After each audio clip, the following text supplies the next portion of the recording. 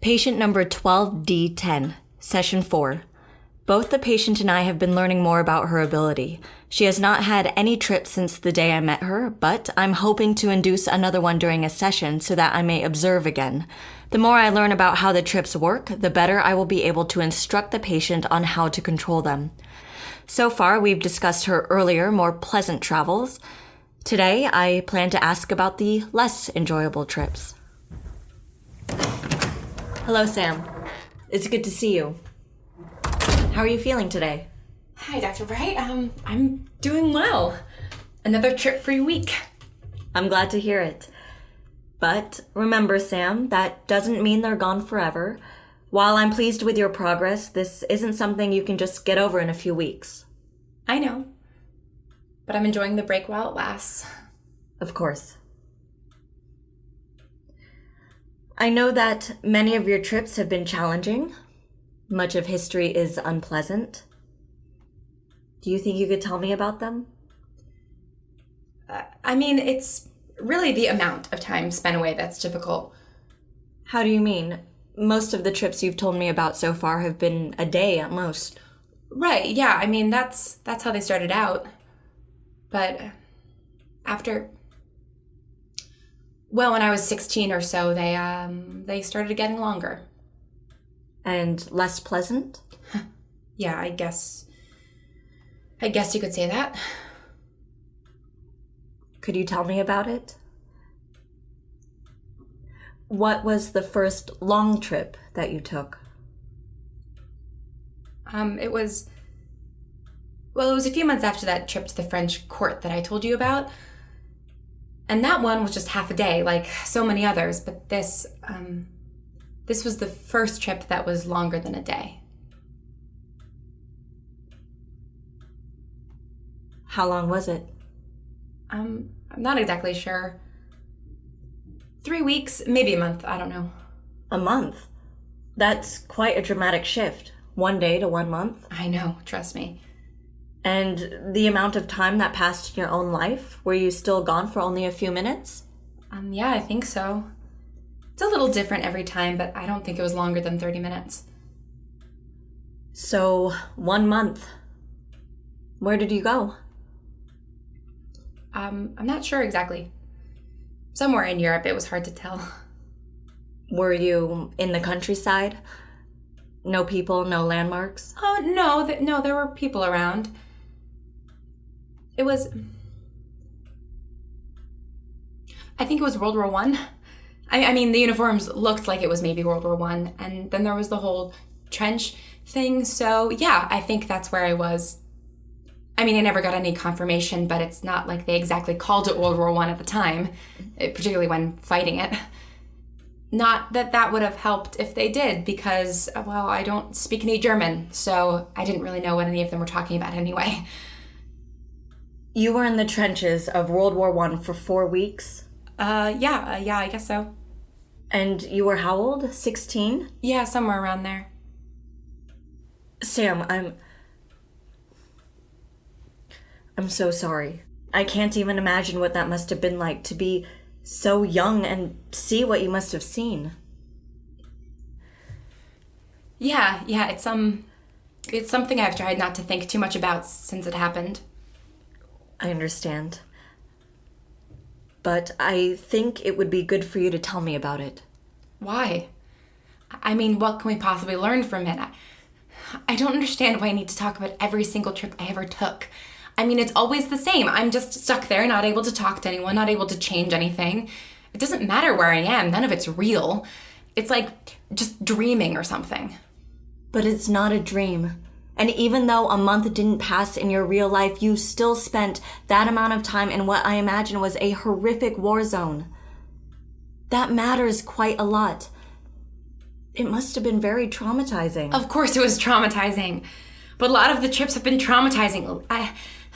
At least I know I can't get hurt. But you saw other people get hurt, didn't you? Yeah, I did. Of course I did. It was a war. One of the worst wars in history. And it's just like the history class teaches you. Absolutely brutal. The smell of the trenches, the mustard gas, all those bodies. Some of the men in the trenches were even my age. Boys, I guess, not men. And they all died, every single one. I'm so sorry, Sam. I can only guess at the lasting effects something like that has had on you. The horrors that you witnessed, the carnage. You must have been completely terrified. Yeah, I was. Talk to me about it. Tell me about what you saw. Why? I don't exactly want to relive the whole thing right now, do I? Out of all of the trips, it was one of the worst, especially since it was after. It was really, really bad. Especially since it was after what? After such a nice trip. The one before it, I mean, it was just a big shock, that's all. I should think so. That is a very big shift for your trips to take. Do you think there was a reason for the change? I don't know. I can't control anything about them, you know that. Of course. But it seems as if your earlier trips were mostly harmless, sometimes downright enjoyable. And as you grew older, you started to travel to more upsetting places. Is that an accurate summation? I guess so. So what caused it? I don't think it was simply puberty and hormones that did it. Why not? Growing up is a part of human life in the same way that your ability is a part of you. They should have worked in harmony. It seems more likely to me that the shift would have been caused by a shock to your system. Was there anything out of the ordinary that happened in that time? A big injury? A major life change? I don't know. I mean, when you're 16, everything seems pretty major, right? Sam, you know the difference. Did anything traumatic happen to you during that time? First broken heart, perhaps? If only. Sam, it's all right. You can tell me. But I've never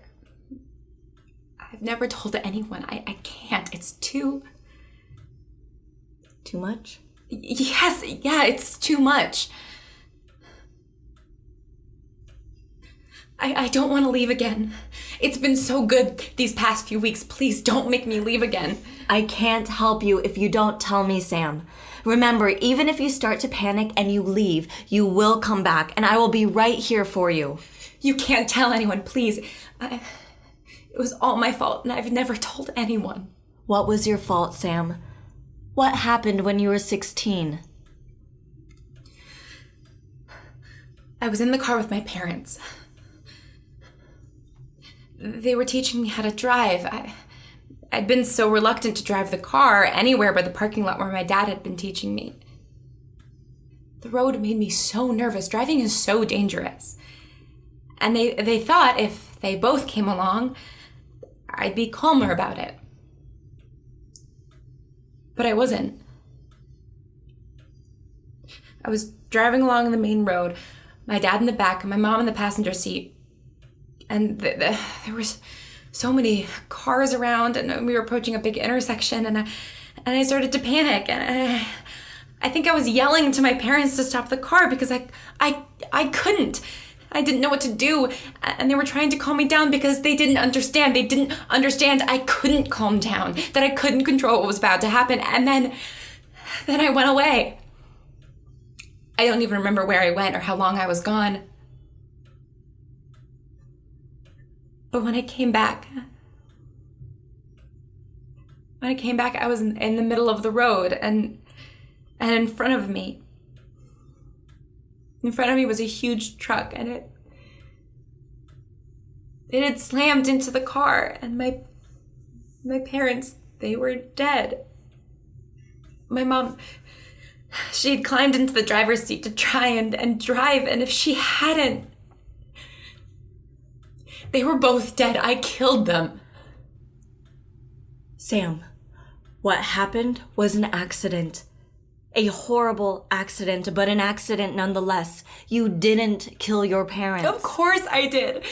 I knew what might happen to me. I knew that driving made me nervous, and I got into the car anyway. I was driving the car with my parents in it, knowing that I might disappear at any moment.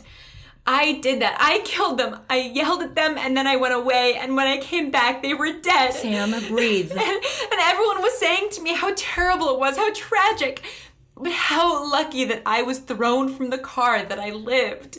How it's what my parents would have wanted for me to live.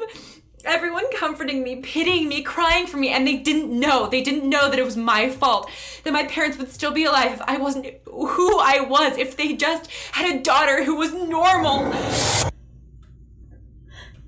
Patient has disappeared in the same manner as our first session. She grew pale and shaky, though this time she seemed oblivious to the symptoms, which is very atypical for her as I understand it. And then her body flickered for a moment before she disappeared completely. I must admit, as much as I wanted to observe one of her trips, I wasn't quite expecting all this. I'm surprised that talking about her visit to the trenches didn't induce panic, possibly a positive sign about her progress. But this trauma with her parents will continue to hold her back if we don't. This is interesting. The air around where Sam was sitting is beginning to shimmer. I don't think I noticed that last. Sam? Sam, are you all right? Where did you go this time? It doesn't matter. Why did you have to ask me about that? I was doing well. You were helping me. Why did you make me tell you that? I don't want to do this anymore. I don't want to keep going away. I don't want to hurt anyone. I was feeling good today and you made me disappear. Why would you do that? Aren't you supposed to make me feel better? In order to get better, sometimes we need to feel worse first. Bullshit.